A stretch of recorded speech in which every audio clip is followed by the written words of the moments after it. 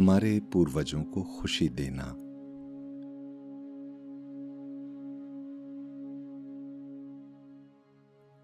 दाजी पूज्य श्री लालाजी महाराज के 153वें जन्मोत्सव के अवसर पर 22, 23 और 24 जनवरी 2026 को कान्हा शांतिवनम में दिया गया संदेश। हमारे पूर्वजों को खुशी देना। प्रियजनों, हर वर्ष जब बसंत पंचमी आती है तब मेरे हृदय में कुछ ऐसा होता है जिसे मैं पूरी तरह व्यक्त नहीं कर सकता। वे पीले फूल, हवा में लौटती हल्की गर्मी और बसंत के खिलते फूल, ये सब नवीनीकरण की बात करते हैं।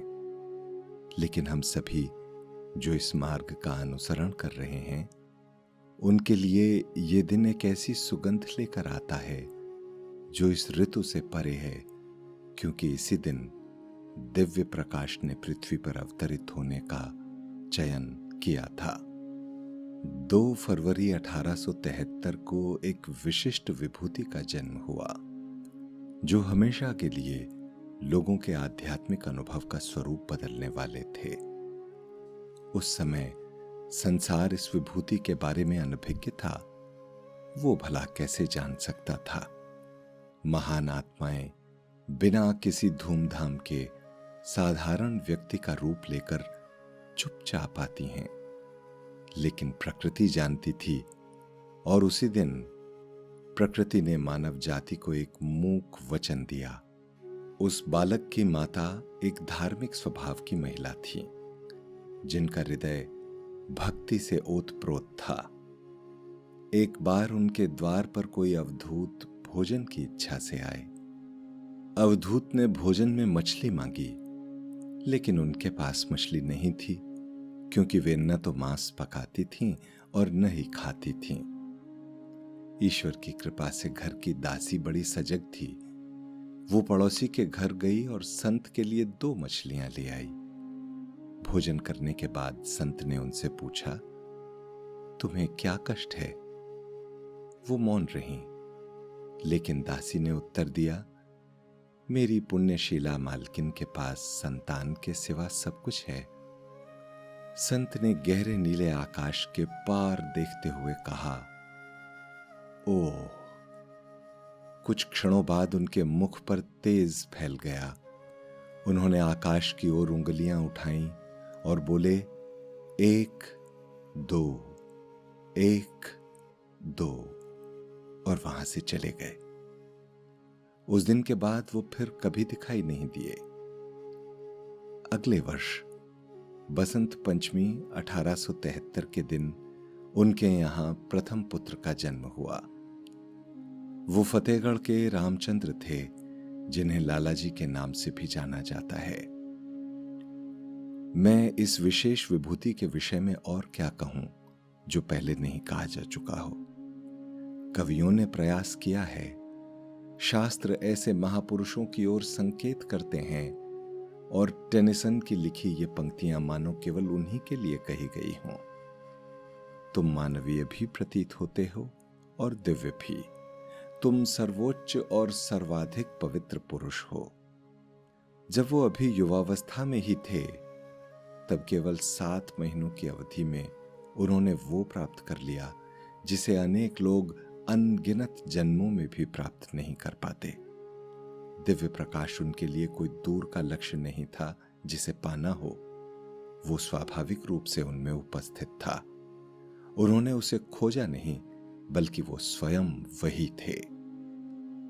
लालाजी के माध्यम से मानव जाति के लिए एक विस्मृत धरोहर को पुनः प्रचलित किया गया। प्राणाहुति का पवित्र विज्ञान, जिसे प्राणस्य प्राणः, जो जीवन का मूल तत्व है, का संचार भी कहा जाता है। ये गूढ़ ज्ञान सर्वप्रथम अयोध्या के भगवान श्री रामचंद्र जी से 73 पीढ़ी पूर्व पूज्य श्री ऋषभ देव जी महाराज द्वारा प्रतिपादित किया गया था, जिन्होंने जीवन के मूल सत्व के संचार की इस सूक्ष्म विद्या को उजागर किया था। दैवीय प्राणाहुति के माध्यम से चेतना के उच्चतर आयामों के द्वार खुल जाते हैं। साधक ब्रह्म विद्या की प्राप्ति करते हैं, जीवन से विरक्त होकर संन्यास लेकर नहीं, बल्कि सामंजस्यपूर्ण एकीकरण से। संसार में पूर्ण रूप से रहते हुए भी भीतर से परम सत्ता से जुड़े रहकर एक गृहस्थ के रूप में अपने भौतिक व आध्यात्मिक कर्तव्यों का पालन करना। दिव्य प्राणाहुति की ये जीवंत धारा अक्सर बहुत ही कम समय में निष्ठापूर्ण दैनिक अभ्यास के माध्यम से साधक को शीघ्र ही समाधि की अवस्थाओं तक पहुंचा देती है। फिर भी मानव इतिहास के क्रम में ये अमूल्य विद्या धीरे धीरे मानवीय जागरूकता से लुप्त होती चली गई और अंततः खो गई। ये तब तक सुप्त रही जब तक भाग्य ने हस्तक्षेप नहीं किया और लालाजी महाराज ने इस पवित्र प्रवाह को पुनः खोजा व पुनर्जीवित किया। ऐसा करके उन्होंने मानव जाति को परम तत्व तक पहुंचने का एक जीवंत और प्रत्यक्ष मार्ग पुनः प्रदान किया। यही लालाजी का उपहार था। केवल दर्शन और शिक्षा ही नहीं, बल्कि हृदय से हृदय तक आध्यात्मिक सत्व का वास्तविक संप्रेषण। और फिर शिष्य का आगमन हुआ।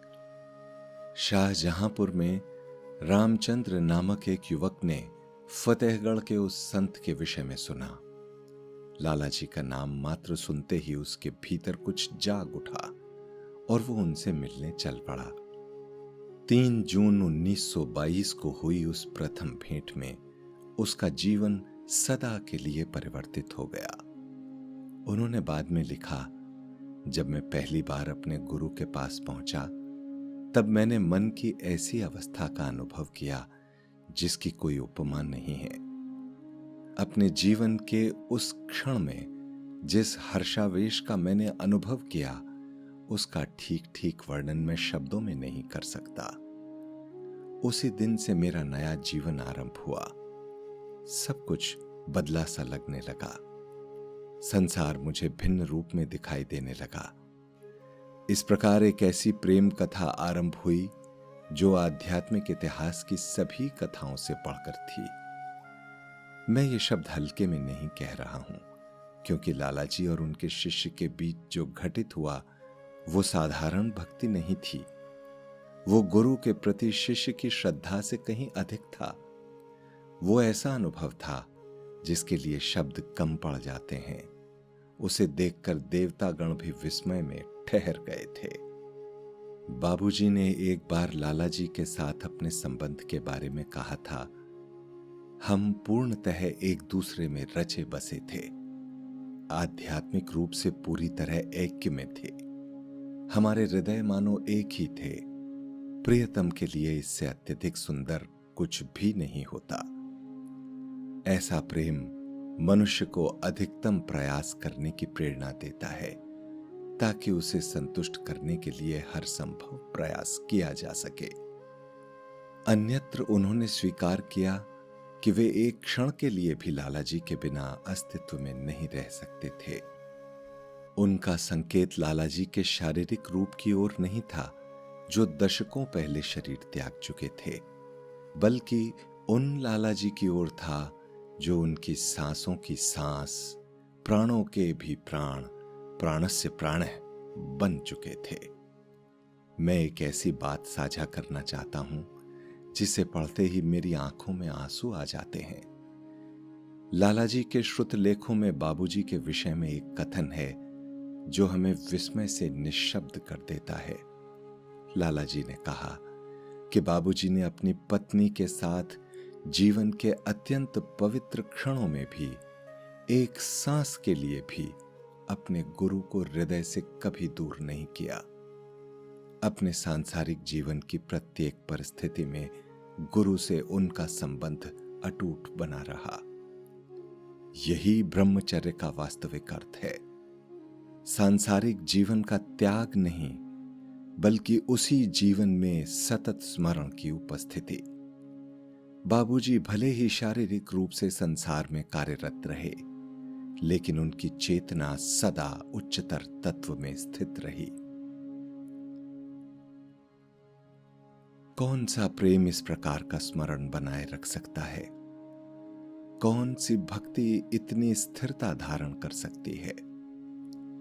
अब मैं आपको एक अत्यंत विलक्षण बात बताता हूं। 21 मार्च 1945 को whispers from the brighter world में दर्ज अंतः संचार में एक ऐसा संवाद मिलता है जिसे स्वर्णाक्षरों में अंकित किया जाना चाहिए। पहले आत्माओं के बीच दिग्गज स्वामी विवेकानंद ने बाबूजी के प्रति लालाजी के प्रेम के बारे में कहा, और उसके बाद भगवान श्री कृष्ण ने लालाजी के प्रति बाबूजी के प्रेम के बारे में कहा। स्वामी विवेकानंद ने कहा, हमारे प्रभु यानी लालाजी ने तुम्हारे प्रति अपने प्रेम के विषय में जो कुछ कहा है वो पूर्णतः सत्य है। वे तुम्हारे प्रेम में दग्ध हैं। अपने संपूर्ण जीवन में मैंने ऐसा उदाहरण नहीं देखा। फिर उन्होंने कहा, लोग ईश्वर के लिए घर छोड़ देते हैं, उन्होंने तुम्हारे लिए अपना घर छोड़ दिया। ये एक मुक्त आत्मा से अपेक्षित सबसे महान त्याग है। ये सुनकर लालाजी ने बीच में ही बाबूजी से कहा कि वे इस संवाद को अपनी डायरी में न लिखें। मुक्त गुरु लालाजी ने अपने शिष्य बाबूजी के लिए अपने भंडार, अपने दिव्य लोक को छोड़ दिया था। गुरु ने शिष्य के लिए पृथ्वी पर अवतरण किया। स्वर्ग पृथ्वी की ओर झुक गया। और फिर भगवान श्री कृष्ण बोले, और आज भी उनके शब्दों को लिखते समय मेरे हाथ कांपने लगते हैं। स्वामी विवेकानंद ने जो कहा वो शब्दशः सही है, और इसे लिखने में कोई हानि नहीं है कि प्रेम के मामले में तुमने राधा को भी पीछे छोड़ दिया है। राधा का प्रेम अब तुम्हारे प्रेम के सामने दूसरे स्थान पर है। क्या आप इसका अर्थ समझते हैं? श्री कृष्ण के प्रति राधा का प्रेम सदियों से भक्ति का सर्वोच्च उदाहरण माना जाता रहा है। राधा का नाम ही दिव्य प्रेम का पर्याय बन गया है, और फिर भी भगवान श्री कृष्ण कहते हैं कि बाबूजी का लालाजी के प्रति प्रेम राधा के प्रेम से भी ऊपर था। लेकिन यह कहानी यहीं समाप्त नहीं होती। 3 दिन बाद ये ऐसे चरम पर पहुंचती है जो पूरी सृष्टि में पहले कभी नहीं देखा गया। 24 मार्च 1945 के शुभ दिवस लालाजी ने बाबूजी को सीधे परम सत्ता से दीक्षा दिलाने का प्रबंध किया। इसे देखकर भगवान श्री कृष्ण ने कहा, ये अत्यंत शुभ दिवस है कि तुम्हारे पूज्य गुरु ने तुम्हें प्रत्यक्ष रूप से परम सत्ता द्वारा दीक्षा दिलाई। यही सच्ची दीक्षा कहलाती है। सृष्टि के आरंभ से इस प्रकार का ये प्रथम उदाहरण है। स्वामी विवेकानंद ने इसमें अपनी बात जोड़ी। तुम्हें प्रत्यक्ष रूप से परम सत्ता से दीक्षा मिलने की खबर सुनकर मैं अत्यंत आनंदित हूं। संसार के आरंभ से लेकर अब तक का ये पहला उदाहरण है। अब थोड़ा रुकें और उस तथ्य पर विचार करें जो मेरे हृदय को आश्चर्य से द्रवित कर देता है। इस सर्वोच्च घटना के बाद लालाजी का एक गंभीर कथन था जो उनके निस्वार्थ भाव की गहराई को प्रकट करता है। उन्होंने कहा, प्रत्यक्ष दीक्षा पूरी तरह मेरी विधि है। ये पहले कभी किसी की समझ में नहीं आई थी और न ही इसे कभी व्यवहार में लाया गया। क्या आप इसका अर्थ समझते हैं? लालाजी इस विधि को जानते थे क्योंकि ये उनकी अपनी खोज थी। अपने जीवन काल में उन्होंने वो समझ प्राप्त की थी जिसे उनके पूर्व कोई आत्मा कभी प्राप्त नहीं कर सकी। परम सत्ता द्वारा प्रत्यक्ष दीक्षा की संभावना। वे इसे अपने लिए उपयोग कर सकते थे, लेकिन उन्होंने ऐसा नहीं किया। उन्होंने इस सर्वोच्च रहस्य को अपने भीतर रखा, अपने प्रिय शिष्य के उस अवस्था तक पहुंचने की प्रतीक्षा की जहां ये उपहार ग्रहण किया जा सकता था। और जब बाबूजी उस उच्च दशा तक पहुंच गए, तब लाला जी ने ये विधि अपने शिष्य के लिए प्रयुक्त की।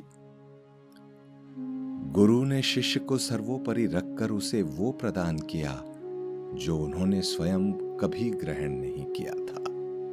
ऐसा प्रेम तर्क से परे है। माता पिता द्वारा अपनी संतान के लिए किए त्याग से भी अधिक, या किसी प्रेमी के अपने प्रियतम पर सब कुछ न्यौछावर कर देने से भी अधिक। यहां गुरु ने महानतम आध्यात्मिक उपहार खोजा और उसे अपने शिष्य को दे दिया। वे स्वयं पृष्ठभूमि में बने रहने में संतुष्ट थे और अपने शिष्य को अध्यात्म की उन ऊंचाइयों पर पहुंचते देखकर संतुष्ट थे जिन्हें उन्होंने अपने लिए कभी नहीं चाहा। और इस सर्वोच्च उपहार को देने के बाद लाला जी ने अपने बारे में क्या कहा? उन्होंने एक फारसी शेर का उल्लेख किया। शाह महमूद गजनवी, जो हजारों दासों का मालिक था, वो इतनी निर्धनता में आ गया कि वो स्वयं दास का भी दास बन गया। और फिर लाला जी ने सरलता से अपनी बात कही, यही मेरी अवस्था है। गुरुदेवों के गुरु, वो विशेष विभूति जिन्होंने जो खो गया था उसे पुनः प्राप्त किया, जिनके माध्यम से प्राणाहुति संपूर्ण मानव जाति को प्रवाहित होती है। उन्होंने स्वयं को दास का दास कहा क्योंकि उन्होंने अपने शिष्य को अपने से भी महान कुछ दिया। यहां हम उस गुरु के अलौकिक प्रेम के साक्षी हैं जिन्होंने स्वयं को सर्वोच्च फल से वंचित रखा ताकि उनका शिष्य उसका पहले अनुभव कर सके। उनका हृदय इतना विशाल था कि जब उन्होंने सृष्टि का सबसे महान रहस्य खोजा, उन्होंने उसे किसी और को दे दिया। लेकिन इसे केवल त्याग कहना एक समर्थ गुरु के हृदय की गहराई को न समझने के समान होगा। ये उपहार देना अपने आप में लाला जी के लिए अत्यधिक आनंद का स्रोत था। वास्तव में ये गुरु के लिए सबसे बड़ा आनंद है अपने शिष्य को स्वयं से आगे बढ़ते देखना, प्रिय को ऊंचाइयों पर उठते देखना, उसे सब कुछ देना और फिर भी बदले में परिपूर्णता महसूस करना।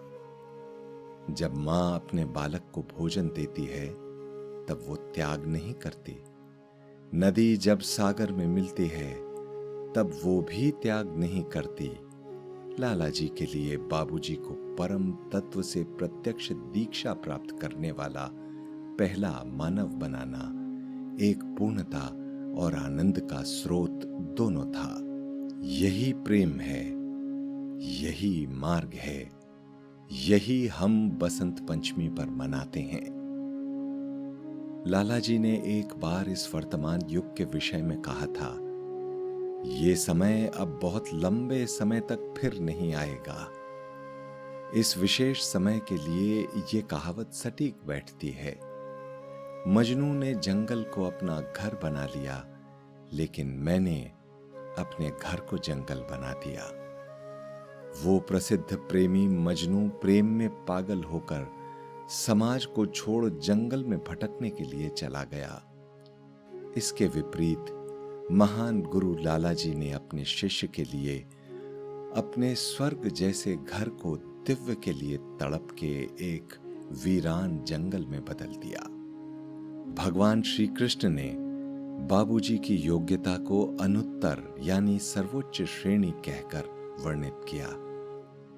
उन्होंने कहा, ऐसी योग्यता कभी कभी अचानक सालों, सदियों, हजारों सालों के बाद प्रकट होती है, जिसकी कोई उपमा नहीं है। ऐसा योग्य व्यक्ति ईश्वर के आदेश से जन्म लेता है। तुम इसका उदाहरण हो। जब सन 1931 में लाला जी ने अपने शरीर को त्याग दिया, तब बाबूजी ने लिखा, सच कहूं तो मेरे गुरु की मृत्यु नहीं हुई, बल्कि मुझे ऐसा लगा कि मैं ही मृत हूं। उसके बाद कई वर्षों तक उनकी डायरी लगभग मौन रही। जो सृजनशील शिष्य लालाजी के जीवन काल में इतना कुछ लिखते रहे, वो एक सुप्त अवस्था में चले गए। उस अंधकार में कुछ अंकुरित होना बाकी था और फिर सन 1944 में उनका अंतः संचार पुनः स्थापित हुआ। ऐसा लग रहा था कि जिस संबंध को शारीरिक मृत्यु ने समाप्त कर दिया है, वो समाप्त नहीं हुआ था, बल्कि केवल रूप बदल चुका था। लालाजी उन्हें अपना मार्गदर्शन, प्राणाहुति और प्रेम निरंतर देते रहे। वो संबंध मृत्यु से परे था, वो प्रेम देह से परे था और प्राणाहुति का प्रवाह अब भी जारी है। मैं ये सब बसंत पंचमी पर क्यों बता रहा हूं? ताकि आप समझ सकें कि आपको किस अनमोल अनुभव तक पहुंच दी गई है। जब आप ध्यान के लिए बैठते हैं और अपने हृदय में कोमलता से कुछ घटित होता हुआ महसूस करते हैं, तब आप उसी प्रवाह को स्पर्श कर रहे हैं जो लालाजी और बाबूजी के बीच प्रवाहित होता था। जब आप प्राणाहुति ग्रहण करते हैं, तब आप वो अनमोल उपहार ग्रहण कर रहे हैं जो अनगिनत पीढ़ियों तक खो जाने के बाद मानव जाति के लिए पुनः प्राप्त हुआ है। जब आप उस अवर्णनीय तड़प को महसूस करते हैं जिसे आप नाम नहीं दे सकते, तब आप उस प्रेम की प्रतिध्वनि को महसूस कर रहे हैं जिसने राधा के प्रेम को भी पार कर लिया है। ये हमारी विरासत है, हमारा जन्म सिद्ध अधिकार है। ये हमारे लिए उपलब्ध है क्योंकि सन 1873 के बसंत पंचमी के दिवस एक बालक ने जन्म लिया जो आगे चलकर एक गुरु बना, और क्योंकि एक शिष्य ने उस गुरु से ऐसा प्रेम किया जो सृष्टि के आरंभ से अब तक अप्रतिम रहा। बसंत के फूल खिलते हैं, संसार अपने आप को नया बना लेता है, और जैसे जैसे प्राणाहुति अपना कार्य करती रहती है, वैसे वैसे जो लोग अभ्यास करते हैं, उनके हृदयों में भी वही नवीनीकरण चुपचाप दिन प्रतिदिन होता रहता है। इस बसंत पंचमी पर मैं पूज्य श्री लालाजी महाराज के पवित्र चरणों में नमन करता हूं, वो विशेष विभूति जिन्होंने ये सब संभव बनाया। मैं पूज्य श्री बाबूजी महाराज के चरणों में नमन करता हूं, जिनके प्रेम ने ऐसा द्वार खोला जिसे कभी बंद नहीं किया जा सकता। हम इस विरासत के वारिस हैं। कितना अद्भुत वंश है, हमारे हाथों में कैसा अनमोल खजाना सौंपा गया है। अब सवाल हमारे सामने आता है, हम इस विरासत के साथ क्या करें? आइए हम पहले से कहीं अधिक प्रतिबद्ध हों। आइए हम अपने आध्यात्मिक गुरुदेवों को और अधिक प्रसन्न व हर्षित करें। दिव्य लोक से जब वो हमें यहाँ नीचे देखें, तो हमें एकजुट देखकर, एक दूसरे से प्रेम और सम्मान करते देखकर, जिस लक्ष्य व उद्देश्य के लिए उन्होंने अपना जीवन जिया, वैसा ही हमें करते देखकर वे आनंदित हो जाएं। इस पैतृक संपदा को संजोने और समृद्ध करने के लिए ये आवश्यक है कि हमारा व्यवहार, सोच एवं कर्म उनके मानकों के अनुरूप हों। ईश्वर करे इस मार्ग से जुड़े हर परिवार में सद्भाव हो। ईश्वर करे हर केंद्र में जहां साधक एकत्र हों, वहां सामंजस्य हो। ईश्वर करे कि कभी कभी आध्यात्मिक समुदायों में जो छोटे छोटे मतभेद आ जाते हैं, वे इस बसंत के सूर्य के ताप में विलीन हो जाएं। हमें ये याद रहे कि हम सभी उसी आध्यात्मिक वंश की संतानें हैं, उसी समान प्राणाहुति के प्राप्तकर्ता हैं और सभी उसी गंतव्य की ओर अग्रसर हैं। यदि लाला जी अपने शिष्य को उन्नत होते देखने की प्रसन्नता के लिए अपनी महानतम खोज अर्पित कर सकते थे, और यदि बाबूजी ऐसा प्रेम कर सकते थे जो राधा के प्रेम से भी बढ़कर था, तो निस्संदेह हम भी अपने समीप खड़े भाई बहनों की ओर मित्रता का हाथ बढ़ा सकते हैं, छोटी छोटी कड़वाहटों को छोड़ सकते हैं और उन आशीर्वादों के योग्य पात्र बन सकते हैं जो हमारे भीतर उंडेले गए हैं। अतः ईश्वर करे हमारे गुरुदेवों का प्रेम आपके हृदय को स्पर्श करे, उनकी प्राणाहुति से आपका अस्तित्व परिवर्तित हो और आप अपने तरीके से उनकी विरासत का जीता जागता प्रमाण बने। स्नेह और प्रार्थना सहित कमलेश। बसंत पंचमी 23 जनवरी 2026। पूज्य श्री लालाजी महाराज के 153वें जन्मोत्सव के अवसर पर 22, 23 और 24 जनवरी 2026 को कान्हा शांतिवनम में दिया गया संदेश। दाजी के साथ मास्टर क्लास। आप किसी भी समय हार्टफुलनेस ध्यान का आरंभ कर सकते हैं। दाजी के साथ 3 भागों की मास्टर क्लास श्रृंखला से जुड़ें, जिसमें वे हार्टफुलनेस मार्ग के लाभ को साझा करते हैं और ये स्पष्ट करते हैं कि हार्टफुलनेस रिलैक्सेशन, ध्यान, सफाई और प्रार्थना को अपनी दैनिक जीवनचर्या में कैसे समाहित किया जाए। सभी मास्टर क्लास पूर्णतः निःशुल्क हैं। एड्रेस है heartfulness.org/global/masterclass। हार्टफुलनेस अभ्यास। हार्टफुलनेस के अभ्यासों को जानें, रिलैक्सेशन, ध्यान, सफाई और प्रार्थना करना सीखें। एड्रेस है heartfulness.org/in-en/heartfulness-practices।